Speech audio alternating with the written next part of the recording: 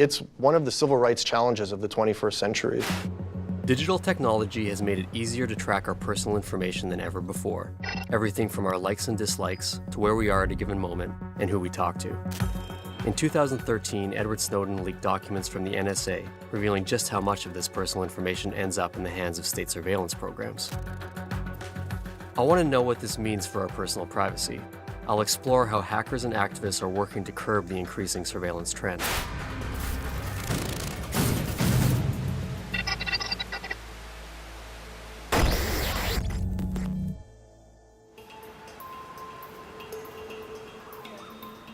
Our personal data is valuable, but how far are we really willing to go to protect it? How often do we take a real interest in seeing where it ends up? Professor Jonathan Obar set up a fake networking site called NameDrop with some outrageous terms of service. He wanted to see how many people would take notice. This is the front page of the site. It looks pretty familiar. Now you can sign up right away by clicking this first button here, and you agree to the NameDrop privacy policies. Or you can click here to read the privacy policy, sort of emulating this experience of joining a social network for the first time. Which option did most users choose? 74% chose the quick join option, which means that they agreed to it without even reading the privacy policy. Can you tell me what some of the crazier clauses were in your study? One of the clauses that we put in dealt with data sharing. So the clause said essentially any data that you share will be shared or could be shared with the NSA. And there was a more explicit gotcha clause in there too, wasn't there? We included what we call a child assignment clause, which essentially said by agreeing to these terms of service, you agree as a form of payment to give up your firstborn child. Which is creepy, of course. We want it to be creepy and to go to the extreme. But if you're willing to give up your firstborn and miss such a clause, what else are you missing that's not as serious? Did anyone actually click that they do not agree with the service? 100% of the people that took the survey clicked agree to both the privacy policy and the terms of service policy. That's telling. It would take users at least 40 minutes a day, and that's every day, to read all of the policies that you would need to read to provide informed consent to all the services and all the apps and everything that we engage with all the time online. And that's just not realistic. What's at stake for users if they don't read these agreements? As one participant said, it's a cultural norm to ignore policies. And that's a problem, which suggests that this particular tool isn't working. It's not providing privacy protections. It's not providing digital reputation protections. So we need something better. NameDrop's terms of service may be fictional, but the truth is that most people have no idea and don't seem to care what they're signing off on.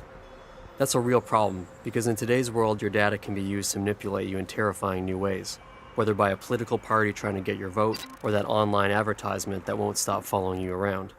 Cybersecurity expert Eric Perrant does deep web investigations on behalf of corporations and law enforcement, and increasingly, the tools he uses are publicly available, meaning pretty much anyone could be using these tools to dig into your past. I'm going to show you a couple tools that are actually out there that anybody can use. And when you put in something, a search parameter, so if I put in your name, for example, we've already got some hits here for different company names or locations. And you can actually navigate through the data, but there's a visualization, which is very interesting. Because when you look at it here, what you're actually seeing is the pertinence of these different subjects. So when you click on these things, it'll actually show you the links that it found that pertain to that particular subject. They keep track of everything you've searched for since the beginning of time, basically. You see people posting stuff, sometimes you say, well, that's stupid. You should never have posted that because it's gone now. It's out of your control. So where do you see that going? To hell? I mean, let's face it, these corporations have all your data. They know exactly what you've searched for, and from a privacy perspective, it's a huge problem. What's scary is that Perrant is just scratching the surface of where our data ends up once we've signed it away.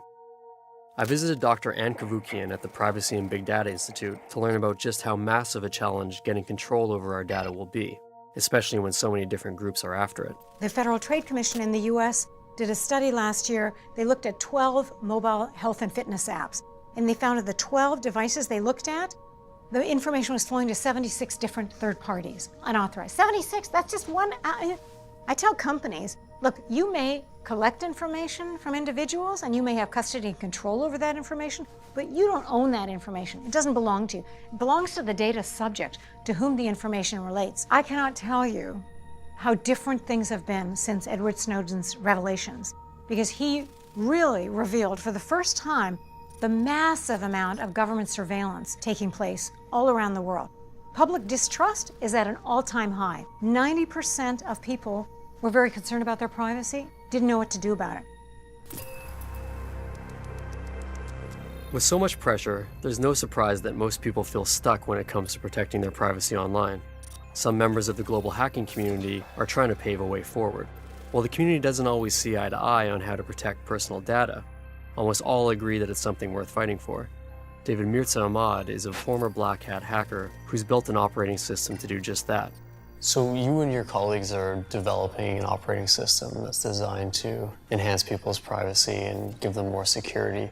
There's a spectrum of privacy-preserving technologies that you can use.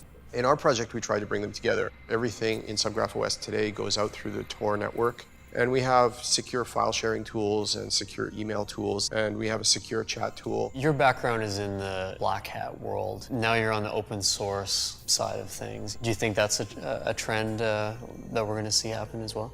The hacking subculture, it's not about crime. It's like just about understanding how things work and challenging arbitrary authority. There are places where governments are extremely aggressively monitoring for any kind of dissent, and privacy is like a question of life or death in some of these places. So I think a lot of people from our generation and the generation that's there now is continuing to be at the front of this movement to make sure that the internet remains an open, free, transparent platform.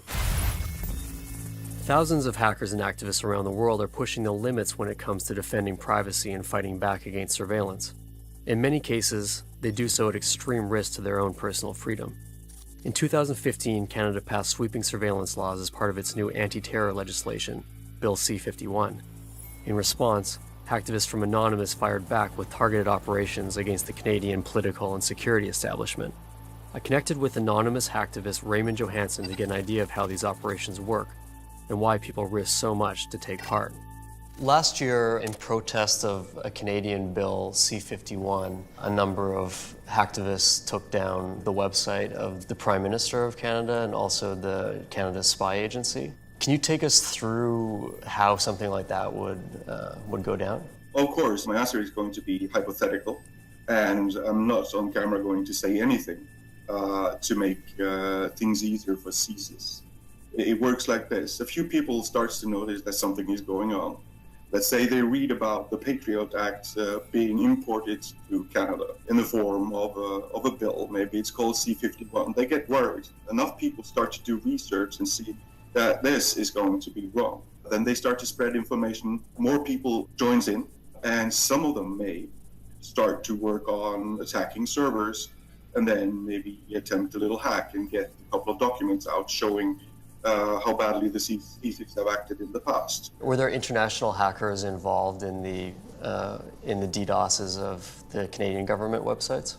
I can definitely say yes, but I say that as having watched it from the outside. Regularly, I participate in swap meets where we exchange tasks. So a Mexican will do something that needs to be done in Sweden, and the Swedes, in their turn, will do something that needs to be done in Thailand. And it's just a smart way, an obvious way to protect everybody. Do you ever fear that the work that you do could get you into a lot of trouble? I work with those persecuted and jailed anonymous activists and hacktivists around the world, so I know what could potentially happen to me.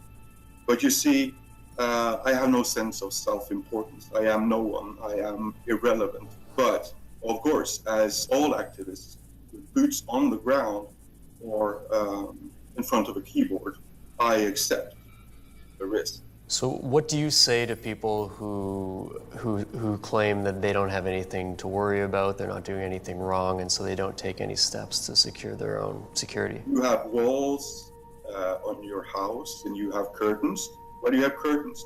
Of course, privacy matters. It's a human right. Our personal privacy is at risk like never before.